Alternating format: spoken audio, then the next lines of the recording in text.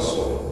Estamos na primeira edição do programa Terceiro Milênio e venho falar para vocês de um conhecimento que vem mudando a vida de muita gente, trazendo consigo grandes benefícios. O ser humano sempre teve a curiosidade de saber sobre a existência do universo e sobre si mesmo. E este é um assunto muito polêmico, porque envolve seitas, religiões, filosofias, ciências, doutrinas, antropologias, etc. e tal. Bom, de 1935 para trás, o ser humano sempre usou o pensamento e a imaginação.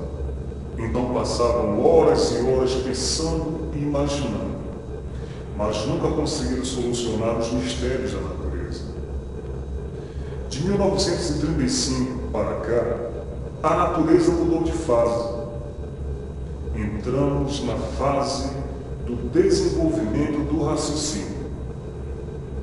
Através dos estudos de universo e mesencanto, passamos a desenvolver a glândula pineal, ou a epífise, que fica localizada na base do cérebro, que é o raciocínio.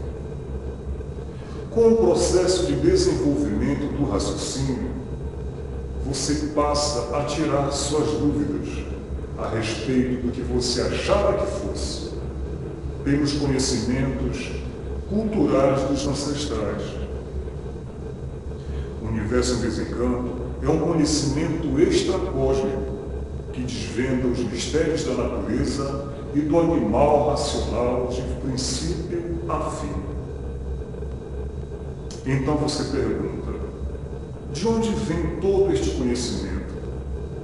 De onde viemos? Para onde vamos?